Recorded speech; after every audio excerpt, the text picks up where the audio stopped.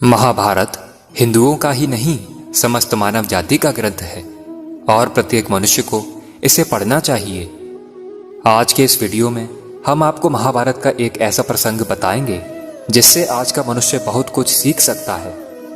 बात उस समय की है जब पांडवों को वनवास हो गया था।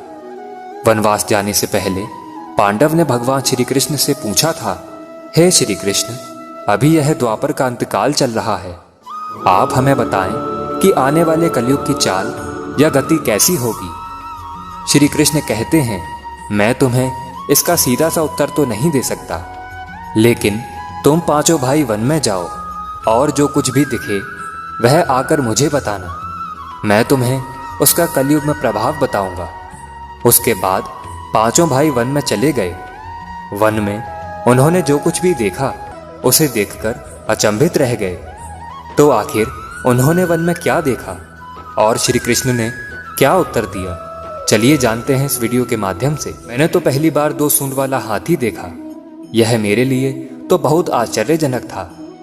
इसके जवाब में श्री कृष्ण कहते हैं कि कलयुग में ऐसे लोगों का ही राज होगा जो दोनों ओर से शोषण करेंगे, बोलेंगे कुछ और, करेंगे कुछ और ही, मन में कुछ और होगा और कर्म कुछ और ही होगा। ऐसे ही लोगों का कलयुग में राज होगा। तुम कलयुग आने से पहले तक राज कर लो। युधिष्ठिर के बाद अर्जुन ने कहा कि मैंने जो देखा वह तो इससे भी ज्यादा आश्चर्यजनक था। मैंने देखा कि एक पक्षी के पंखों पर वेद लिखे हुए हैं, लेकिन वह पक्षी मुर्दे का मांस खा रहा था। श्री कृष्ण अर्जुन को उत्तर देते हुए कहते हैं, कलयुग में ऐसे ही लोग रहेंगे जो बड़े ज्ञानी और ध्यानी कहलाएंगे। वह ज्ञान की चर्चा तो करेंगे, लेकिन उनका आचरण राक्षसी होगा। वह बड़े पंडित और विद्वान कहलाएंगे, किंतु वह यह देखते रहेंगे कि कौन सा मनुष्य कब मेरे और हमारे नाम से संपत्ति कर जाए। अर्जुन के सवाल के जवाब के बाद भीम अपना अनुभव सुनाते हुए कहते हैं कि एक गाय अपने बछड़े को इतना चाटती है कि वह बछड़ा खून से लहूलुहान हो जाता है। तब श्री कृष्ण कहते हैं कि कलयुग का मनुष्य शिशुपाल हो जाएगा।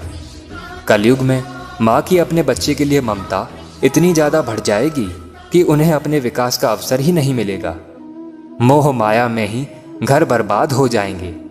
भीम के बाद सहदेव ने पूछा, हे श्री कृष्ण, मैंने देखा कि 5-7 बड़े कुएं के बीच एक गहरा कुआं बिल्कुल खाली है, जबकि ऐसा संभव नहीं हो सकता। फिर श्री कृष्ण उत्तर देते हैं, कलयुग में लोग लड़के लड़की के विवाह में, मकान के उत्सवों में, छोटे बड़े उत्सवों में लाखों रुपए खर्च कर देंगे, परंतु पड़ोस में यदि कोई भूखा प्यासा मर रहा होगा तो यह नहीं देखेंगे कि उसका पेट भरा है या नहीं भरा है। उनका अपना ही सगा भूख से मर जाएगा और वह देखते रह जाएंगे। कहने का तात्पर्य यह है कि कलयुग में अन्न भंडार तो होंगे, परंतु लोग भूख से मर जाएंगे। सहदेव के बाद नकुल ने श्री कृष्ण से कहा कि हे श्री कृष्ण, मैंने देखा कि एक बड़ी सी चट्टान पहाड़ से गिरती है और बड़े से बड़ा वृक्ष भी उसे रोकने में सक्षम नहीं हो पाता, परंतु एक छोटे से पौधे से टकराकर वह रुक जाती है। आखिर ऐसा कैसे हुआ? तब श्री कृष्ण कहते हैं कि कलयुग में मनुष्य की बुद्धि क्षीण हो जाएगी और उसका जीवन पतन हो जाएगा। उस पतन को धन और बड़े से बड़े सत्ता रूपी वृक्ष भी रोकने में सक्षम नहीं होंगे, किंतु हरि नाम का छोटा सा शब्द बोलने से मनुष्य जीवन का पतन रुक जाएगा। अतः कलयुग में हरि नाम ही मोक्ष का एकमात्र मार्ग होगा। आशा करता हूं कि आपको हमारी यह वीडियो पसंद आई होगी।